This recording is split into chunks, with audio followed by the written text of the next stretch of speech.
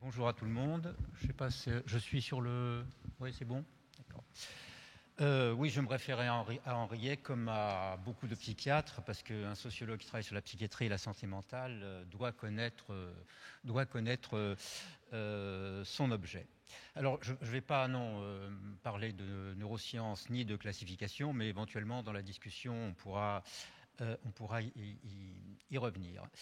Le nouvel esprit du soin, bon, le grand changement juridique de ces dernières années est donc l'article 69 de la loi de modernisation du système de santé, votée en janvier 2016, qui crée le territoire de santé mentale et le projet territorial de santé mentale. Donc, pour dire les choses caricaturalement, on institue le passage de la psychiatrie de secteur au territoire de santé mentale. C'est un changement, enfin ce déplacement, ce passage, c'est un changement qui est en fait largement amorcé depuis au moins le début des années 90. Je dirais qu'elle est l'expression de changements normatifs affectant autant la pathologie mentale que la manière de vivre et d'agir en société, qui sont en ce domaine totalement intriqués. Et dans la mesure où une bonne partie de l'argument de ce séminaire est centré sur psychiatrie, santé mentale, confins de la psychiatrie en relation avec de nouvelles demandes, c'est-à-dire toute une série de zones qui sont à la fois extrêmement présentes, mais un peu confuses, puisqu'on parle de confins, de limites, etc.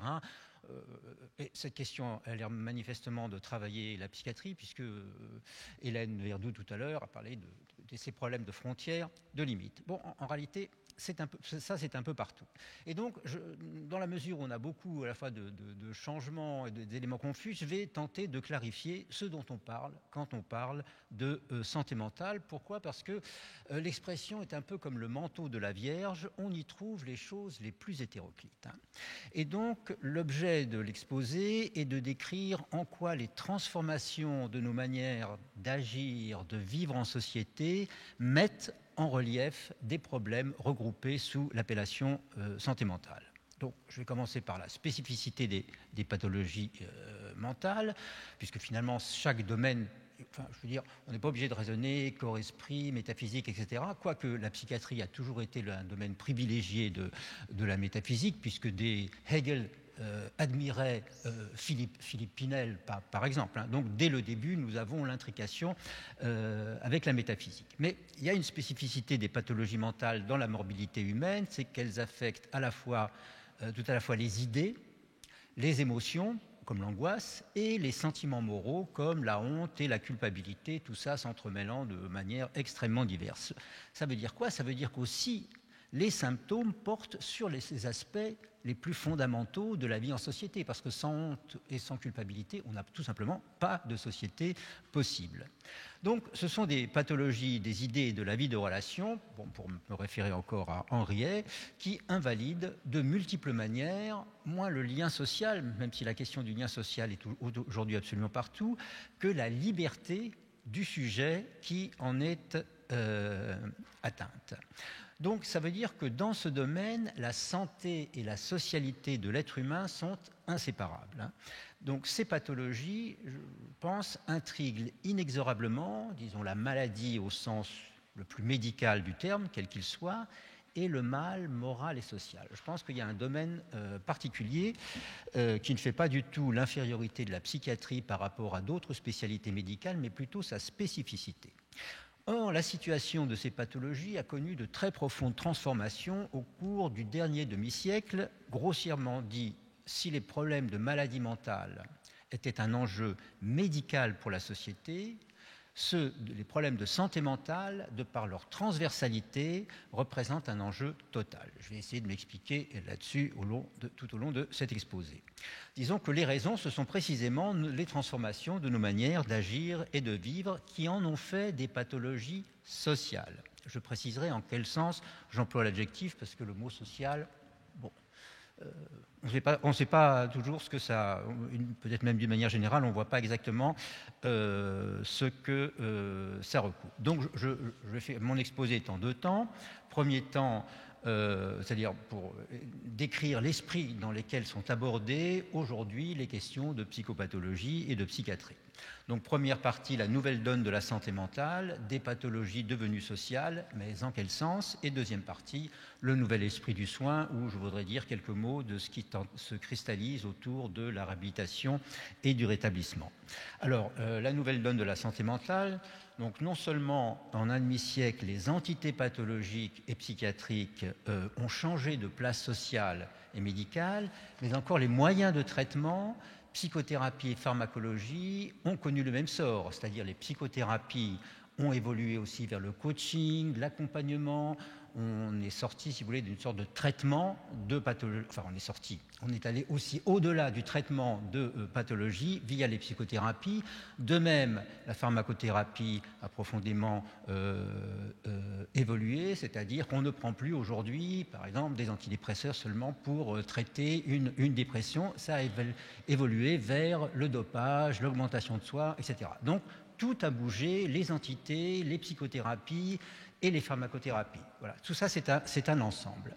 Donc, ça veut dire que les problèmes de santé mentale ne sont plus simplement des problèmes spécialisés de psychiatrie et de psychologie clinique, même s'ils le restent évidemment encore totalement, et les moyens de traitement ne sont plus seulement des moyens de se soigner, ils imprègnent aujourd'hui toute la vie sociale. Alors, comment comprendre ces changements ? Disons que les addictions, les dépressions, le TDAH et d'autres pathologies encore sont des sujets qui, vous l'avez remarqué, sont bien souvent matière à débats sociaux, voire politiques. Et il n'est pas seulement question de maladies à soigner, et certains s'interrogent même sur leur caractère de maladie, n'est-ce pas, la critique de la médicalisation de l'existence, etc., tout ça qui est très présent. Donc pas simplement des maladies à soigner, mais il s'agit aussi de maux, MAUX, dans lesquels nos modes de vie sont en cause d'une manière ou d'une autre. Je pense qu'Hélène Verdoux, tout à l'heure, a un peu soulevé les problèmes autour de la classification, mais ces sujets concernent aussi la valeur de nos relations sociales à l'école, dans la famille, au travail et par extension dans la société en général. Donc évidemment, ces mots touchent les gens individuellement, mais ils ont une caractéristique nouvelle, ils révéleraient un mal commun de nature sociale, voire sociopolitique. Et je pense que cette question de la valeur des relations sociales, qui est en réalité celle de leur valeur humaine, n'est pas à mettre de côté, elle est une caractéristique intrinsèque de ces sujets. Elle fait partie de leur grammaire. Et comme vous avez pu aussi le constater, nombre d'entités psychopathologiques sont devenues aujourd'hui des questions sociales, tandis qu'un nombre sans cesse croissant de questions sociales sont appréhendées au prisme des catégories et des entités psychopathologiques. Donc il ne faut absolument pas chercher à purifier tout ça pour faire ressortir, disons, un domaine du soin, de la psychiatrie, de la médecine et de l'autre côté le social, parce que la réalité, c'est que tout ça s'entremêle. Évidemment, les psychiatres qui sont au cœur de tout ça le savent évidemment très bien. En tout cas, ce double mouvement a fait des pathologies mentales des pathologies sociales et a donné à la souffrance psychique une place tout à fait nouvelle dans nos sociétés qu'elle n'avait pas, disons, il y a un demi-siècle, aux alentours de 1970. Alors, en quel sens sont-elles devenues des pathologies sociales? Moi, je pense qu'il faut faire une distinction entre qu'il y a deux grands emplois de l'idée de pathologie sociale qui se recoupent, mais qu'il faut sociologiquement les distinguer. Premier emploi comme étiologie de la pathologie individuelle et moyen d'agir sur elle, son emploi est pratique et singularisant. Par exemple, en clinique, on va dire la dépression de ce monsieur résulte de relations sociales très mauvaises dans son département, par exemple. Bon. Ou donc pratique et singularisant, ou pour les politiques publiques, comment réduire les risques d'un X dans le futur. Alors, le deuxième emploi, c'est donc là, par exemple, la dépression de ce monsieur est liée à des relations sociales épouvantables dans le département. Il s'agit d'agir aussi sur les relations sociales du département. C'est un problème de gestion des ressources humaines, pas simplement un problème psychopathologique. Le deuxième emploi, c'est comme expression d'un mal social plus général, et dans ce cas, les pathologies sont abordées sous l'angle du malaise dans la société, et on va dire que la dépression et d'autres souffrances sociales sont des formes de résistance à la normativité, de la compétition, de la flexibilité, du capitalisme mondial, etc., etc. Bon. Or, définir ces problèmes comme des résistances, on peut dire, c'est en faire des formes d'action politique par défaut, hein, exprimant un malaise qui est d'abord collectif. Donc là, c'est plutôt une fonction de signalement.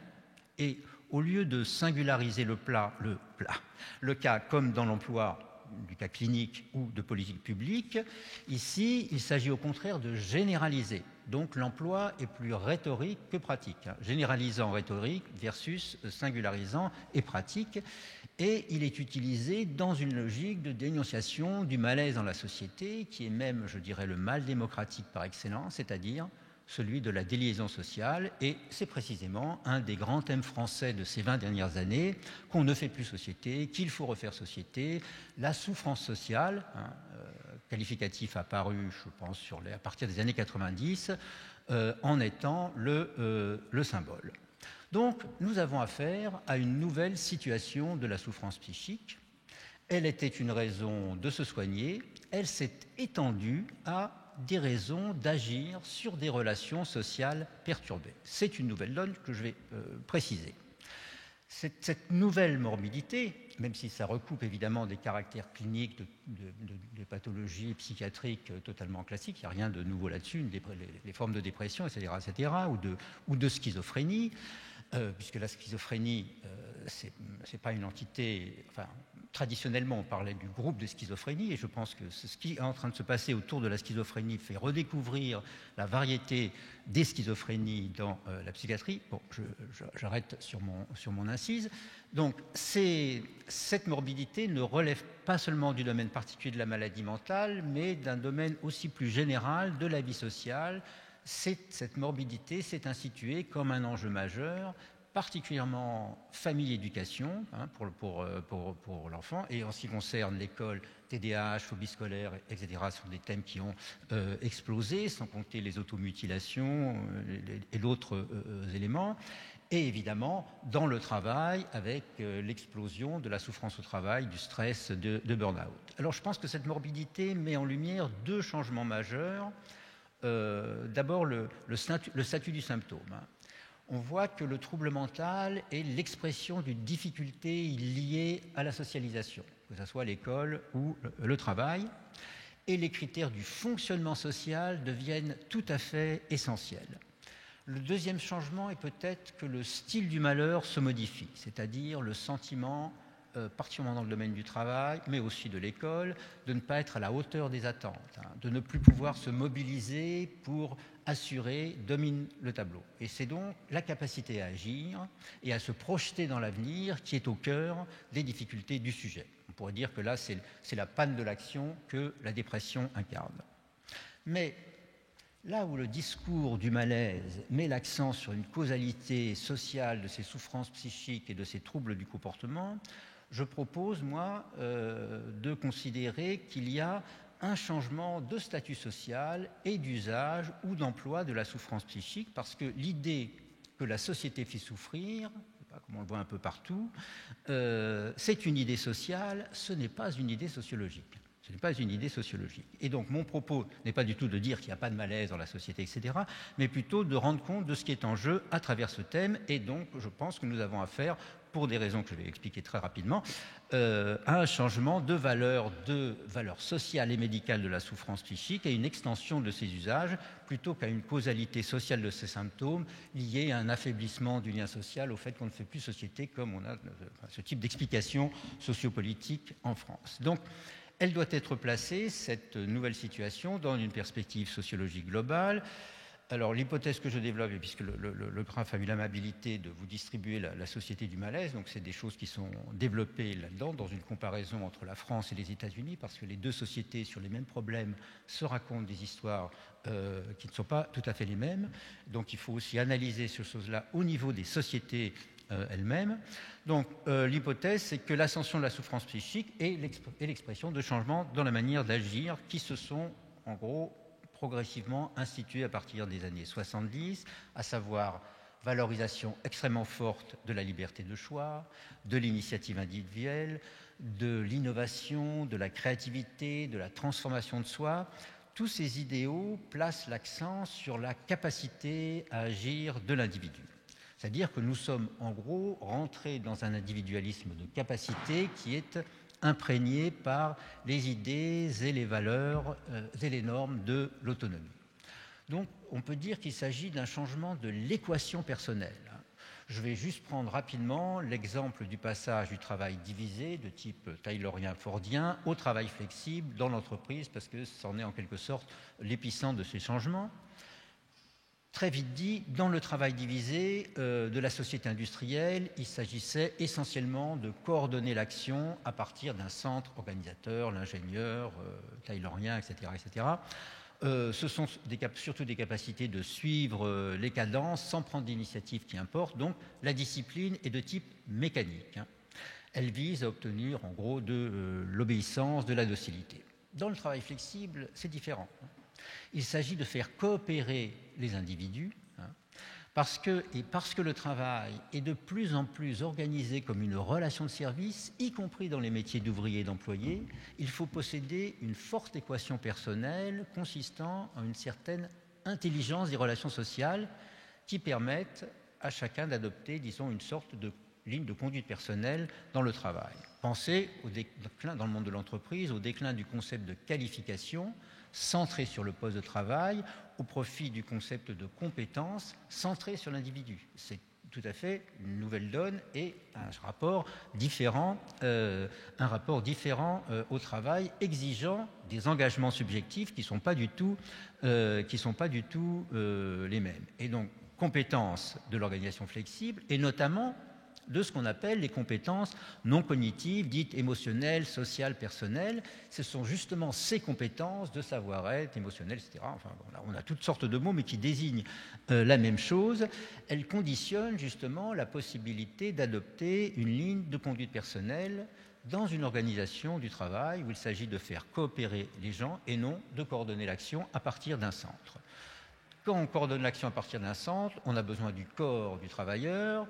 Quand on est dans le nouveau système, on a besoin de leur engagement personnel, d'où la mise en avant de toutes les questions émotionnelles dans nos sociétés.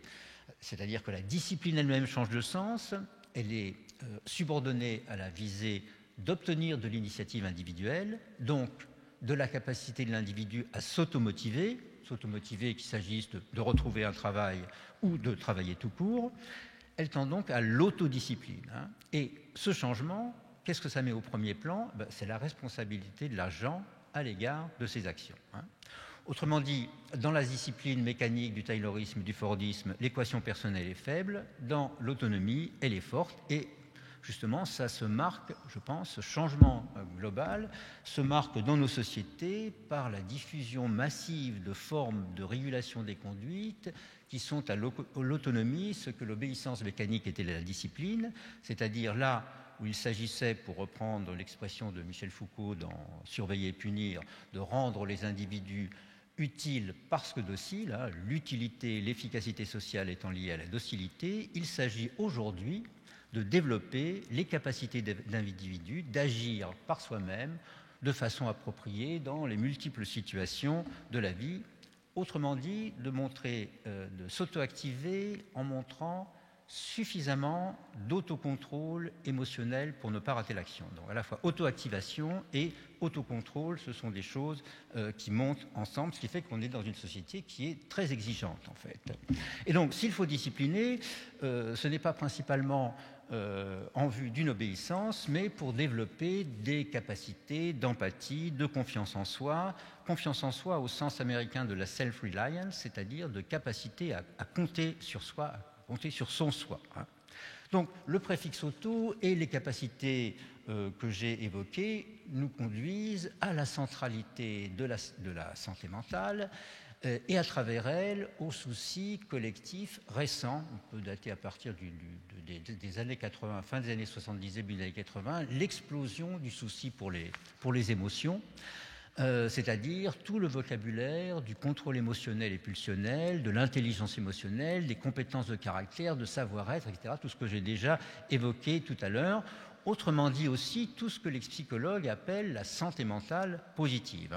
Par exemple, il y a un rapport de France Stratégie de 2016, Quelles priorités éducatives, qui souligne que les enseignements en France sont trop peu focalisés sur les compétences indispensables pour l'avenir.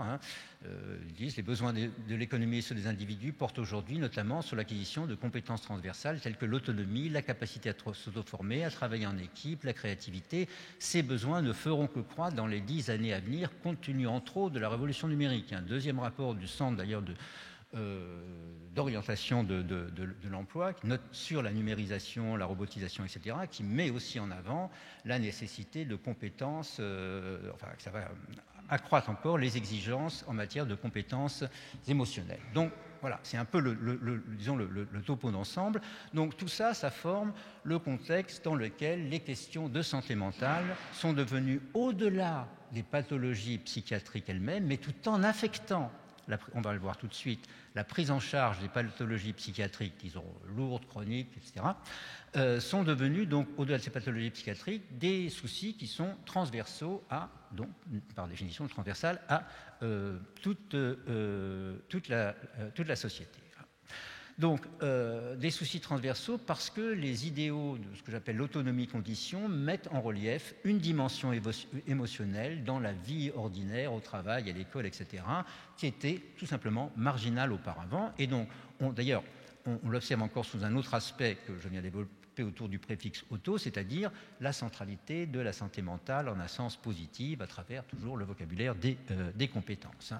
Donc, autrement dit, par rapport à la psychiatrie, la santé mentale apparaît comme la condition de la bonne socialisation de chacun, et il me semble que tout ça constitue une nouvelle donne.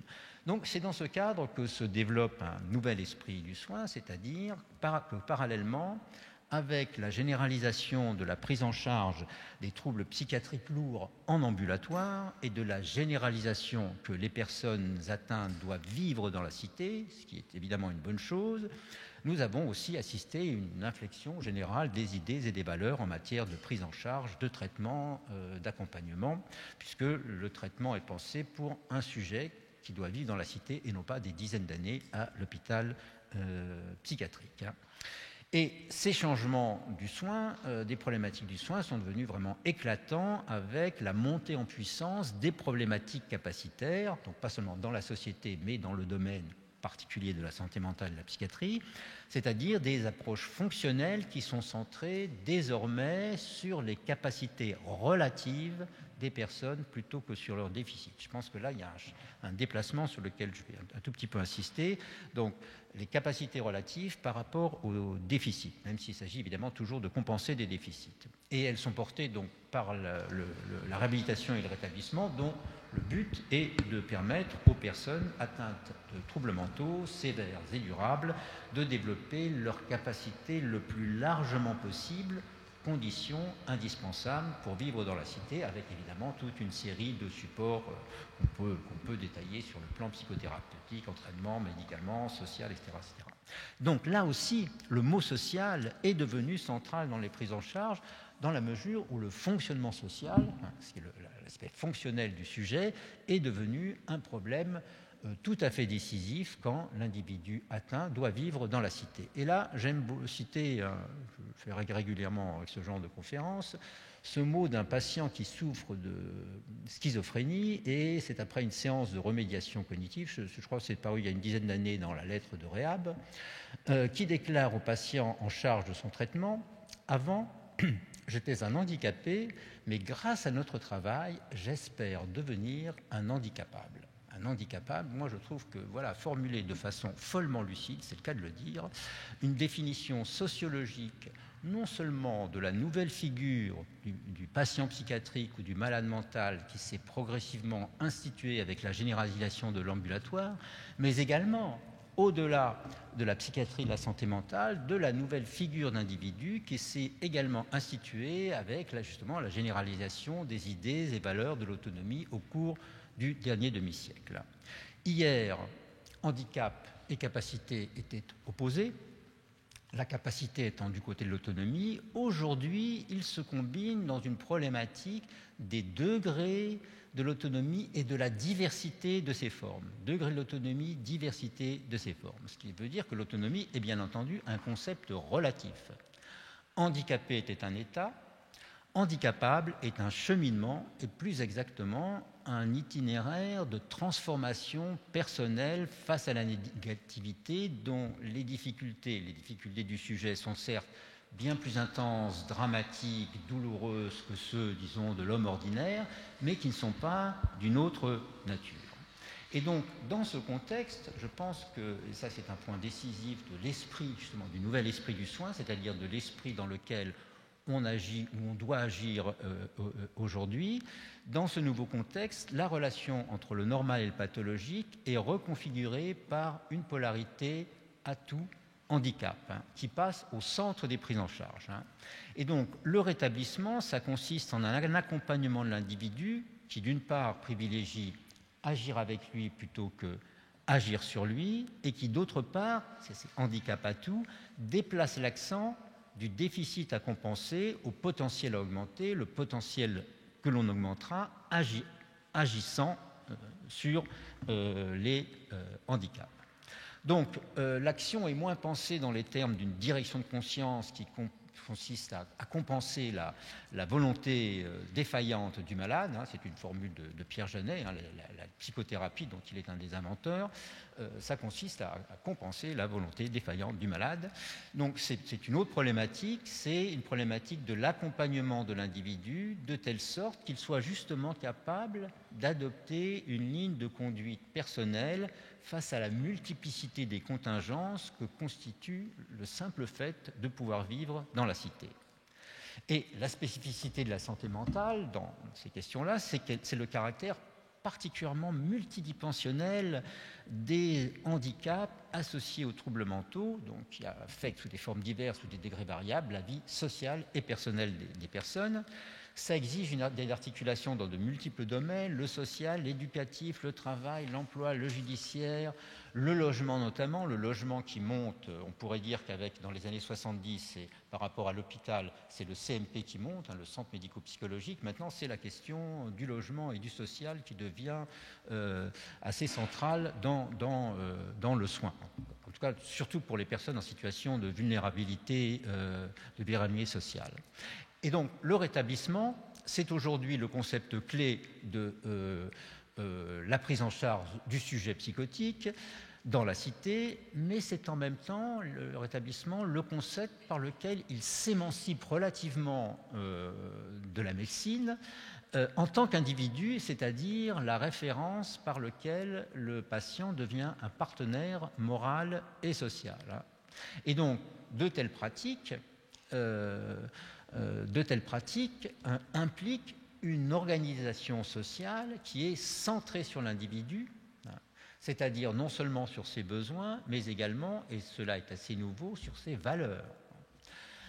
Et donc, le patient rétabli, c'est un patient capable. Capable de quoi ? Au sens où il a peut-être des symptômes, mais il peut quoi ? Il peut un peu plus, beaucoup, voire encore un peu plus, reprendre une certaine maîtrise et responsabilité de l'autonomie, puisque les degrés de l'autonomie sont aussi variables que les formes qui sont revêtues par la schizophrénie et que les variations de son évolution.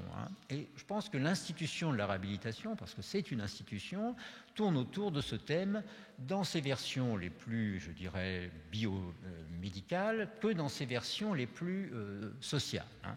Et là, j'aime bien aussi citer ce qu'un patient de Bleuler lui a une fois déclaré. « Dans mon monde, je suis tout puissant, mais dans le vôtre, je pratique la diplomatie. » Ce qui montre qu'il y a toujours une certaine raison chez le patient atteint de schizophrénie, et sans doute, ce monsieur serait-il considéré aujourd'hui comme rétabli. Alors, pour conclure, Sur les 15 dernières années, il faut dire que les professionnels ont beaucoup bougé. Il y a eu une multitude d'initiatives qui ont été prises en ce sens par les professionnels, alors avec beaucoup de difficultés, il y a beaucoup de tensions, peu importe, je ne vais pas rentrer dans les détails maintenant.